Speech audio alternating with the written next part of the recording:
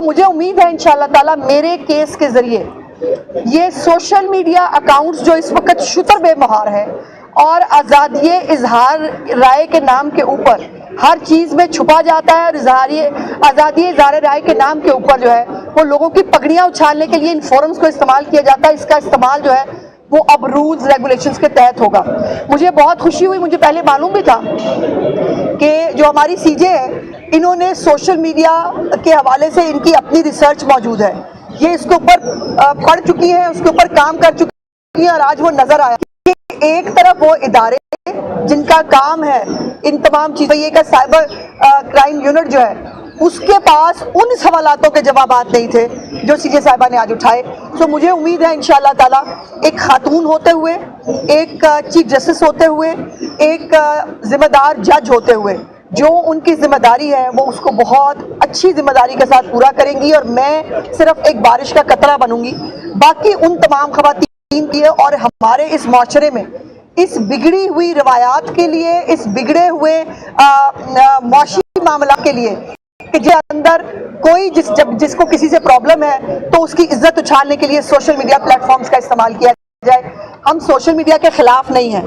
پوری دنیا کی طرح جیسے پوری دنیا میں سوشل میڈیا اکاؤنٹس ریگولیٹ ہوتے ہیں، اسٹیٹ آف پاکستان کے اندر بھی سوشل میڈیا اکاؤنٹس جو ہیں مختلف ریگولیشنز کے ساتھ کام کرنے چاہیے، ورنہ اس طرح سے شتر بے مہار قسم کے سوشل میڈیا اکاؤنٹس پاکستان میں نہیں چل سکتے۔ اور مجھے لگتا ہے آج میرا سوال ان تمام جو ہے وہ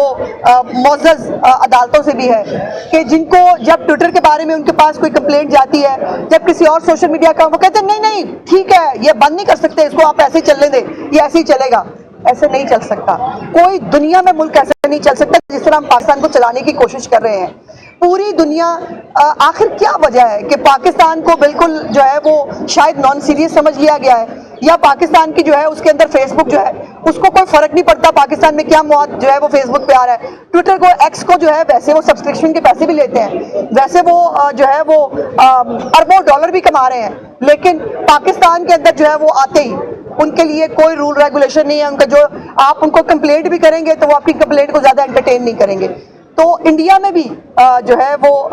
مجھے ابھی علی بھی بتا رہا تھا بہت سارے ملکوں کے اندر یہ ریگولیشنز موجود ہیں جو انشاءاللہ تعالیٰ ہم سی جے صاحبہ کے سامنے پیش بھی کریں گے کہ پاکستان کے اندر بھی ریگولیشنز کے تحت سوشل میڈیا جو ہماری ایپس ہیں ان کو کام کرنا چاہیے، اس طرح جو ہے وہ پگڑیاں اچھالنے کا فورم سوشل میڈیا اکاؤنٹس کو نہیں بنایا جا سکتا۔ میڈم یہ بتائیے گا آپ کے کیس میں زیادتی کی گئی ہے، اس میں تو کوئی بھی دیش اور آدمی اس سے انکار نہیں کر سکتا کہ وہ زیادتی ہے، لیکن جو سوشل میڈیا کو کنٹرول کرنے کا نظام ہے آپ کو نہیں لگتا کہ پارلیمنٹیرین اس حوالے سے آگے آئیں اور ایک اسپیشل اس حوالے سے اپنی تجاویز پیش کریں تاکہ پارلیمان سے منظور ہو وہ چیز؟ دیکھیے پارلیمان سے بھی منظور ہو سکتا ہے، یہ یقیناً ہم اس سائٹ پہ جا رہے ہیں جہاں پر سی جے صاحبہ نے جو آج سوالات اٹھائے ہیں وہ پارلیمنٹ کے لیے بھی ہیں، وہ باقی اداروں کے لیے بھی ہیں، اور ہر ایک کو اپنا اپنا رول جو ہے وہ استعمال۔ دیکھیے اب آپ کے پھر مجھے لفظ کنٹرول پہ اعتراض ہے، پوری دنیا میں بھائی رولز ریگولیشنز بنائے جاتے ہیں، وہ کنٹرول نہیں ہوتے، وہ اپنی سٹیٹ اپنے ملک کے جو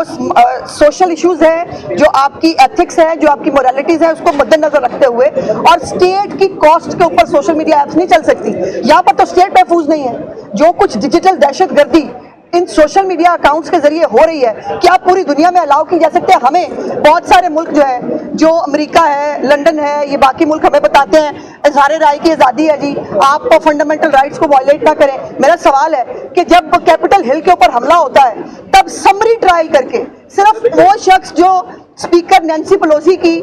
چیئر کے اوپر جو ہے وہ ٹانگیں رکھ کے بیٹھتا ہے اس کو 7 سال کی قید دی جاتی ہے۔ رائٹس ہوتے ہیں یو کے اندر 24 گھنٹے کے اندر سمری ٹرائلز کے ساتھ وہ جو ہے وہ ان کو سزا دی جاتی ہے۔ ہمارے ملک میں وہ کہہ رہے ہیں جو مرضی ہو رہا ہونے دیں، ایسے نہیں ہو سکتا۔ آپ کے ملک کے لیے، آپ کے لیے مجھے کوئی جو آج اوورسیز میں بیٹھ کے جو انقلابی بنے ہوئے ہیں وہ انقلابی جس ملک میں بیٹھے ہیں اس ملک کے خلاف پوسٹ کر کے دکھائیں۔ یہ کوئی طریقہ ہے کہ پاکستان کے اندر کوئی ریاست نہیں ہے، پاکستان کے اندر کوئی قانون نہیں ہے کہ پاکستان کی ریاست کو، پاکستان کے اداروں کو آپ جو مرضی کہہ لیں گے اور آپ ڈیجیٹل دہشت گردی باہر سے بیٹھ کے کریں گے اور آپ کو یہاں پہ سپورٹ کیا جائے گا؟ یہ نہیں چلے گا، اور ایسے کوئی ریاست نہیں چلتی۔ یہ بتائیے گا کہ آپ صوبائی وزیر اطلاعات ہیں،